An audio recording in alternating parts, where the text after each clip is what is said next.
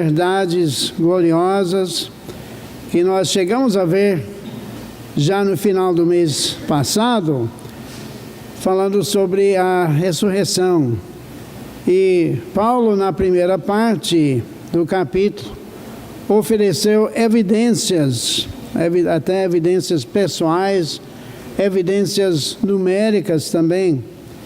Então hoje, na primeira etapa do estudo na escola dominical, vimos Paulo como se ele estivesse num tribunal, apresentando uma série de argumentos, especialmente de um ponto de vista negativo inicialmente, mas usando aquela estratégia para construir o seu caso, a sua apresentação.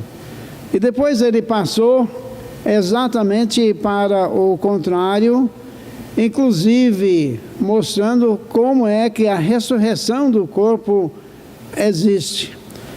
Então hoje, nesta última etapa, nós chegamos ao fim e o destino que esta realidade da ressurreição nos implica.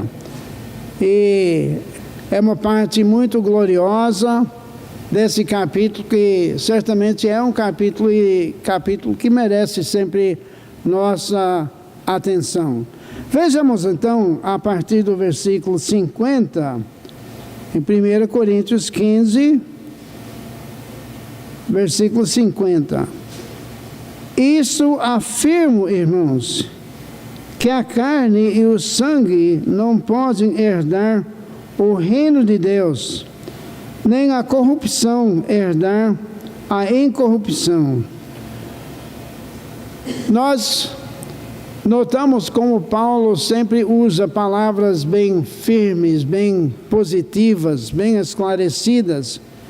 E ele, neste trecho, mais uma vez, parte com exatamente esse tipo de expressão, que ele está afirmando, e ainda tratando desse contraste do corpo atual, do corpo natural, como é chamado em alguns momentos, que ele aqui descreve como carne e o sangue.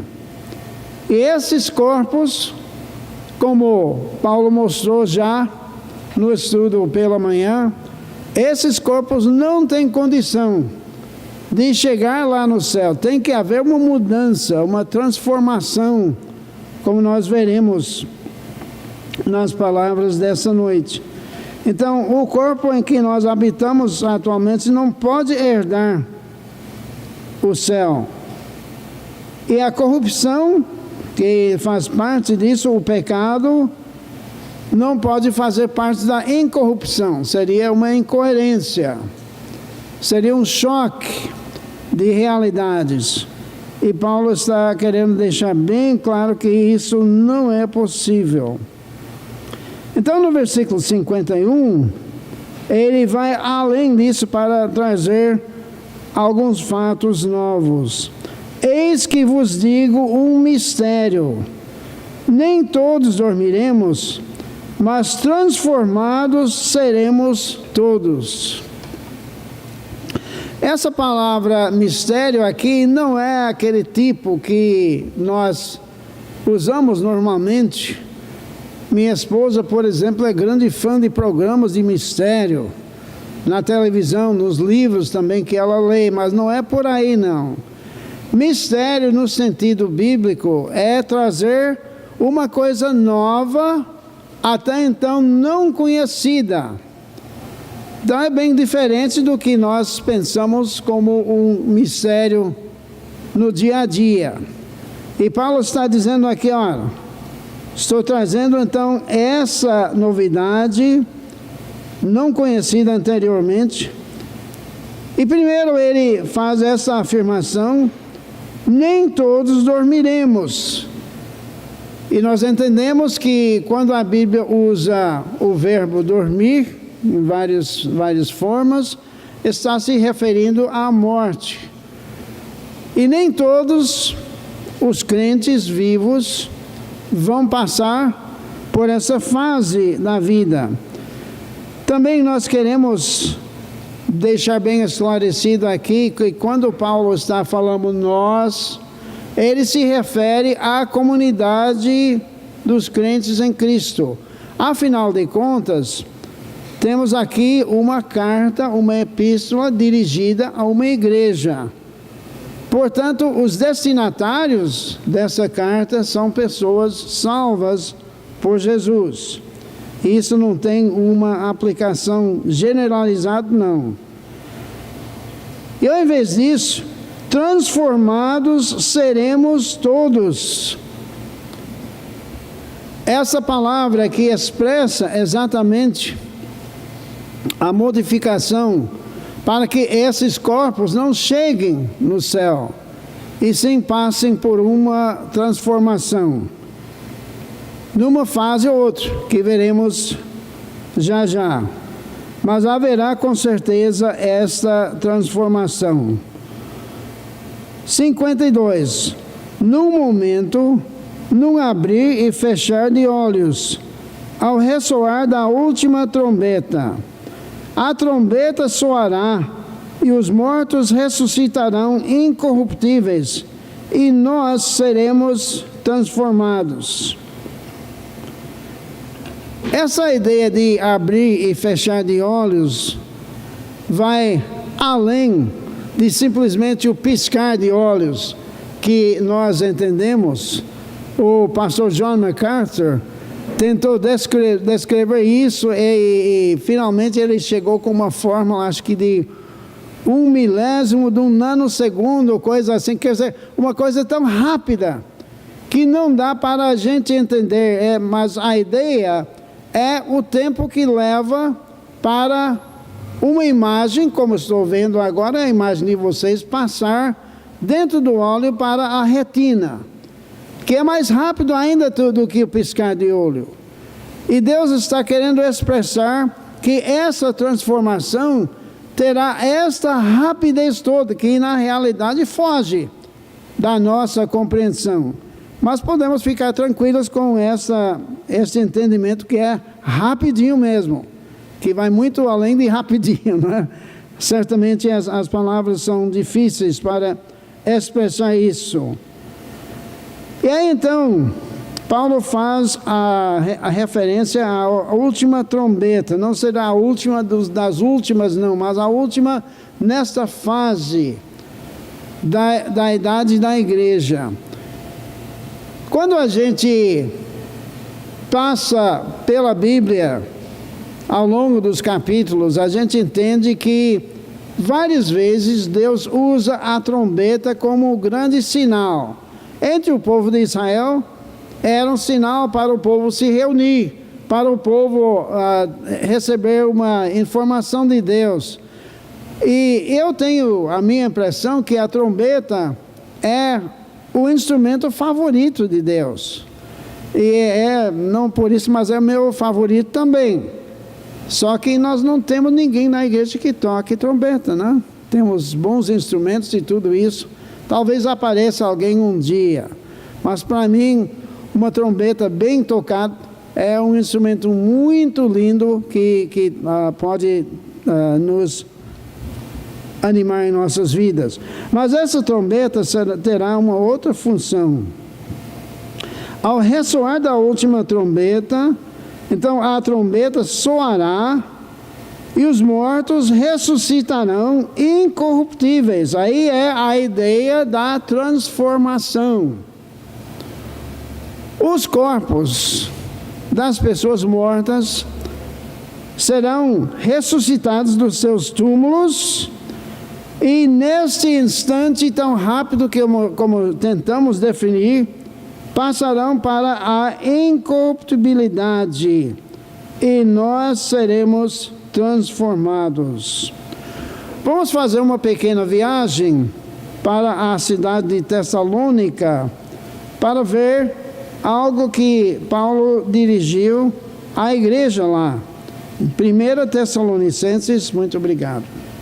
1 Tessalonicenses, capítulo 4. E aqui nós também teremos a referência à trombeta e alguns detalhes a mais sobre os acontecimentos. 1 Tessalonicenses, eu vou achar um dia. 1 Tessalonicenses, capítulo 4, a partir do versículo 13. Não queremos, porém, irmãos, que sejais ignorantes com respeito aos que dormem, quer dizer, os mortos. Nós já tocamos nisso. Para não vos entristecerdes como os demais, que não têm esperança.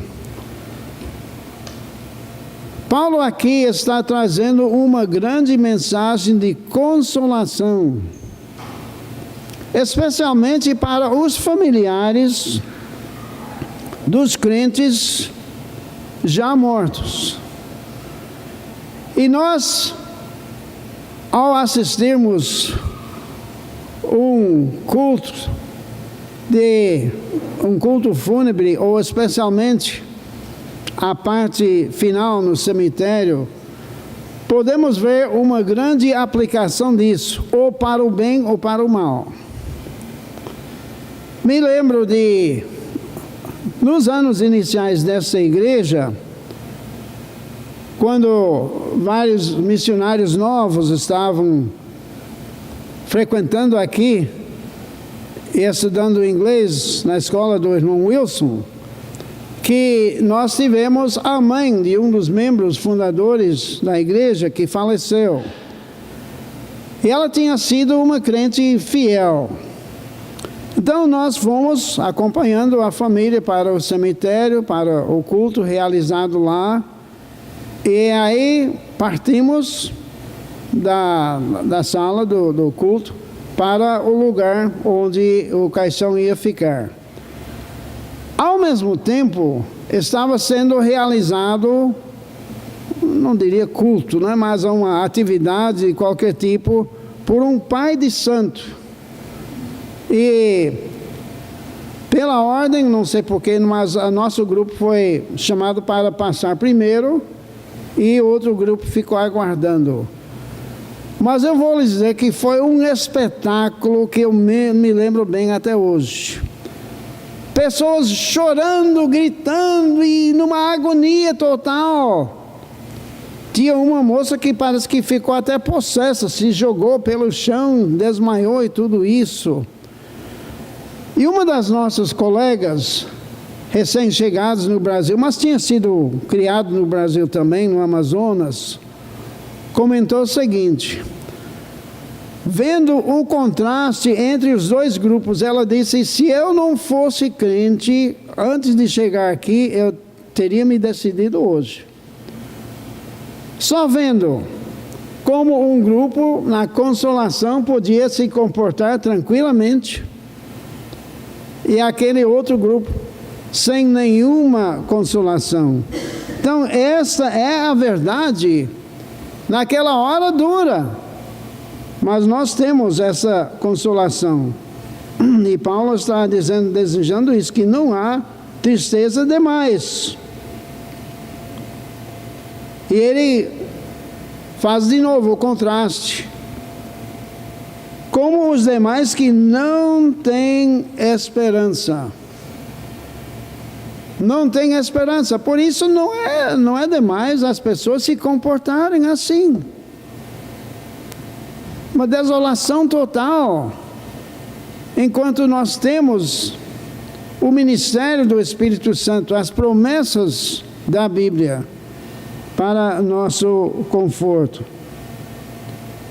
E Paulo continua, versículo 14: pois, se cremos que Jesus morreu e ressuscitou, mais uma vez vem essa palavra que tem sido principal hoje, assim também Deus, mediante Jesus, trará em sua companhia os que dormem.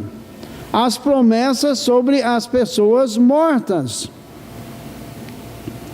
que o próprio Jesus vai trazer. Ora, ainda vos declaramos, por palavra do Senhor isto: nós, os vivos, os que ficarmos até a vinda do Senhor, de modo algum precederemos os que dormem. Então, Paulo aqui está praticamente pintando um quadro e mostrando um grupo dos crentes ainda vivos, mas que estão à beira do que nós entendemos pode ser chamado o arrebatamento.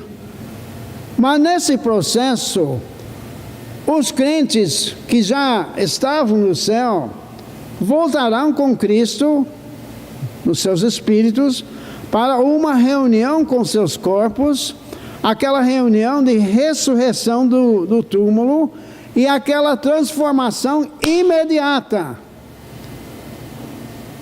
E Paulo simplesmente está descrevendo a sequência dos eventos. Jesus vem primeiro, depois daquela sinfonia, da trombeta, tudo isso e tal, assim, não é? Acompanhado pelas pessoas já mortas, os crentes já mortos, e em seguida, aquela reunião dos corpos, a transformação, e os vivos subirão e naquela hora também passarão por aquela transformação.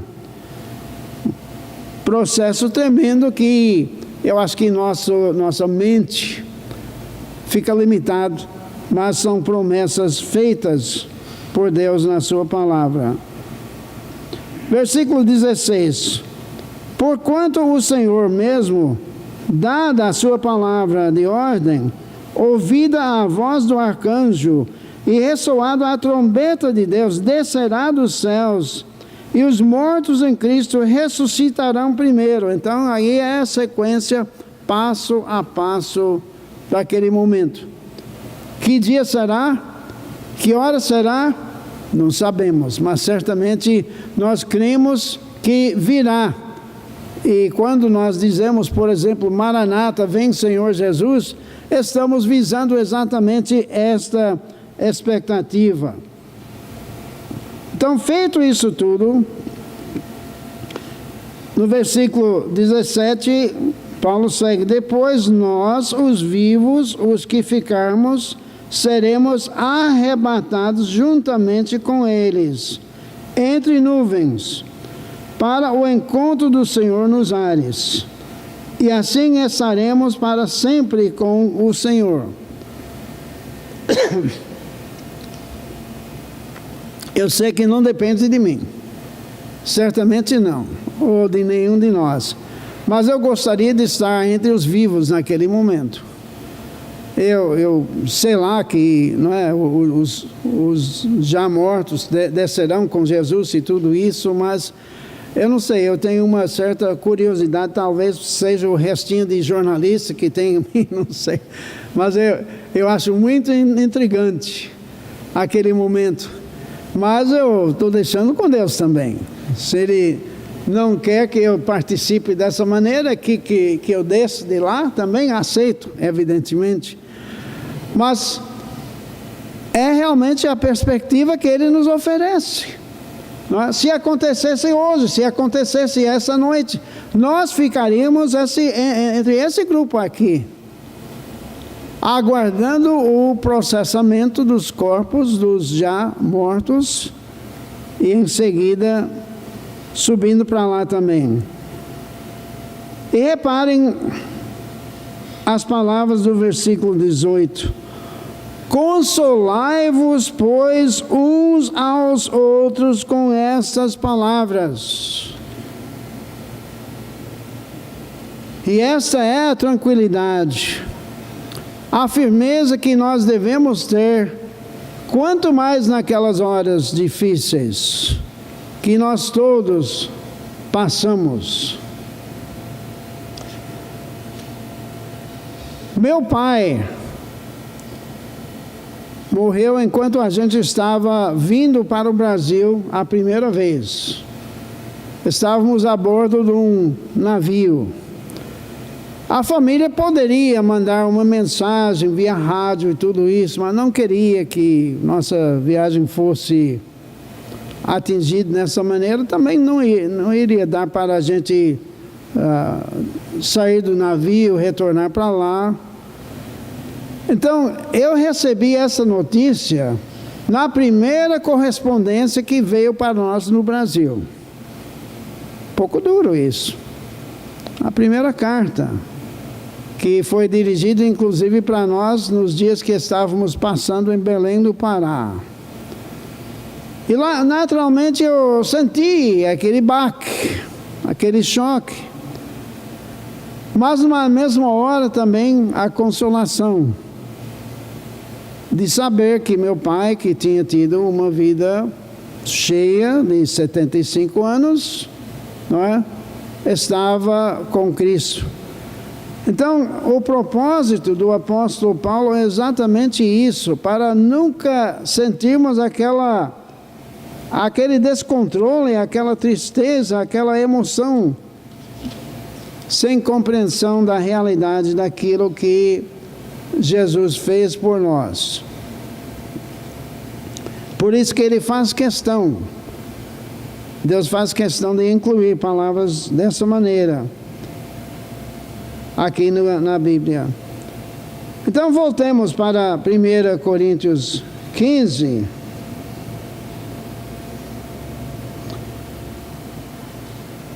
Paulo oferece palavras parecidas com essas de 1 Tessalonicenses, e vamos seguir então o relato dele, versículo 53. Porque é necessário que este corpo corruptível se revista da incorruptibilidade, e o corpo mortal se revista da imortalidade. Paulo tinha falado bastante sobre a ressurreição, então ele está indo um passo além, levando-nos para o processo final e fazendo com que a gente se acomode com isso, que aceite isso, pelos motivos bem descritos também: corruptibilidade ou incorruptibilidade. A natureza do céu não se condiz com a natureza que nossos corpos passam aqui na terra. E Paulo está destacando isso, que é necessário que esse processo aconteça. 54. E quando esse corpo corruptível se revestir de incorruptibilidade, e o que é mortal se revestir de imortalidade, então se cumprirá a palavra que está escrita. Essa ideia de revestir, a gente viu numa referência à parte em 2 Coríntios capítulo 5, quando estava falando dessa mesma fase da vida, a transformação da terra para o céu, e falando desse revestimento para a gente não se sentir nu ou nua, no caso. E Paulo de novo está voltando a esta ideia aqui, mas ele agora vai chegar a uma coisa interessante. Ele vai zombar da morte. Vejamos. Que está escrito: tragada foi a morte pela vitória, a vitória de Cristo, a vitória sobre a morte, a vitória representada na ressurreição dele. Então ele continua: onde está a morte, a tua vitória? Zombando mesmo, né? Como se ele tivesse assim: ó, morte, cadê? O que é que você oferece agora? E onde está, a morte, o teu aguilhão? A ideia dessa última pergunta é como se fosse, digamos, a picada de uma abelha. Ultimamente nós temos visto nas notícias a presença de escorpiões na cidade. Alguém já foi picado por um escorpião? Eu não, mas de abelha acho que muitos de nós entendemos isso. E aquelas picadas podem trazer resultados variados dependendo da pessoa, da resistência da pessoa, tudo isso. Mas Paulo está reconhecendo que a morte não vai ter mais este aguilhão, essa picada nas vidas das pessoas salvas em Jesus Cristo. Está tratando a morte nessa maneira. Cadê? Você, morte, vai fazer o quê? Não tem mais o que fazer, porque Cristo encerrou esse capítulo. E como nós lemos num dos versículos hoje de manhã, então virá o fim. E esse fim então está sendo confirmado aqui. 56. O aguilhão da morte é o pecado.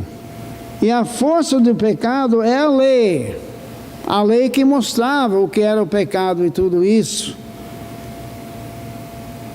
E 57, então, ele, de novo, nessa fase de tantos contrastes que ele gosta de apresentar, ele diz: graças a Deus que nos dá a vitória por intermédio do nosso Senhor Jesus Cristo.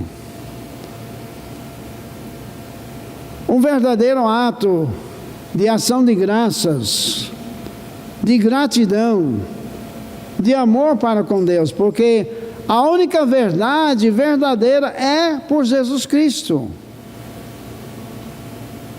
Por isso que sempre queremos deixar claro que a vitória não é por uma religião, não é por uma igreja, não é por um pastor, ou nenhuma coisa dessa.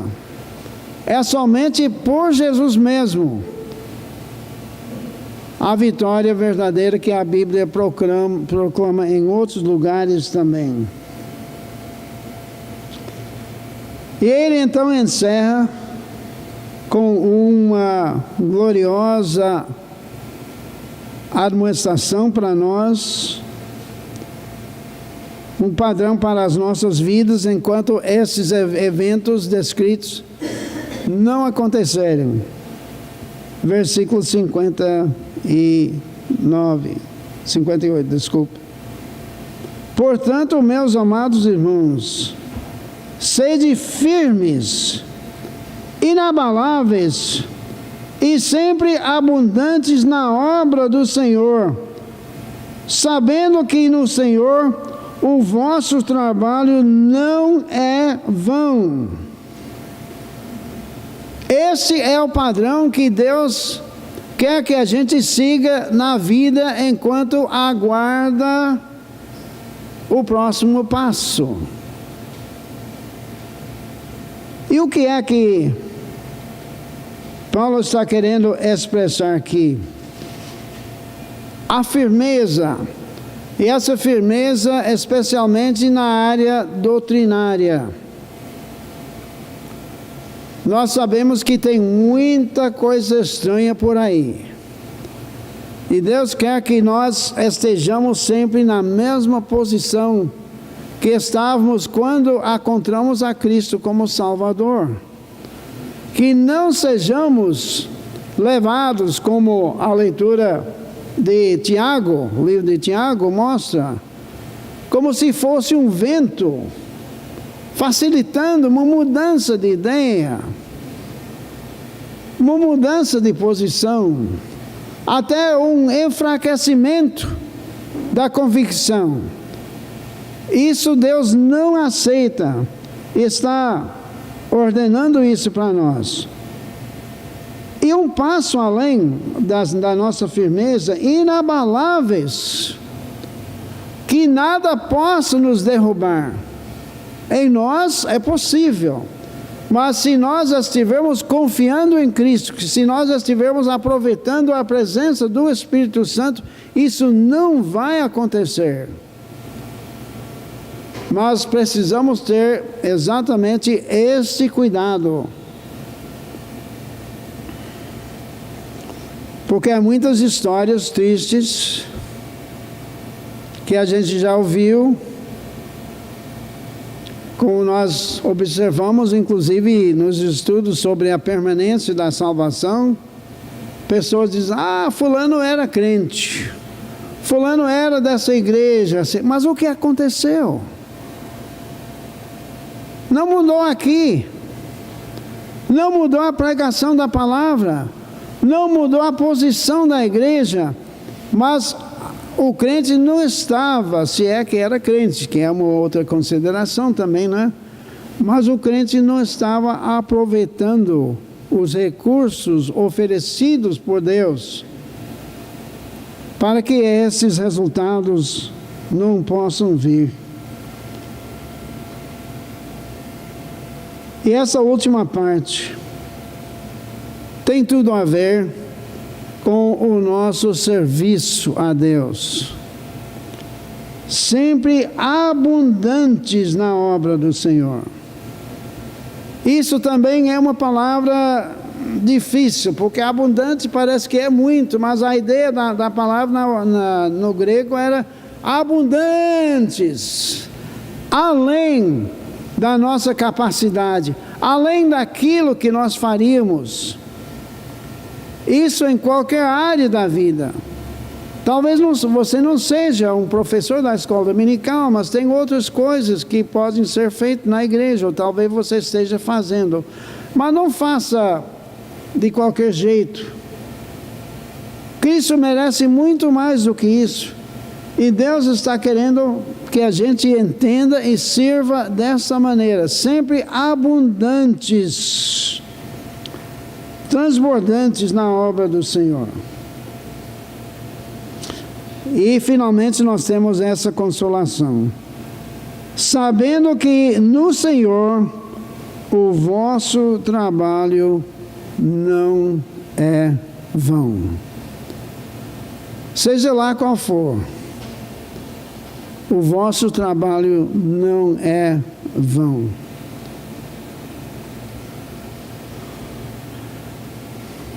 Eu vi um ditado no WhatsApp essa semana, dizendo mais ou menos o seguinte: Deus quer que nós sejamos luzes no mundo, mas não estrelas na igreja.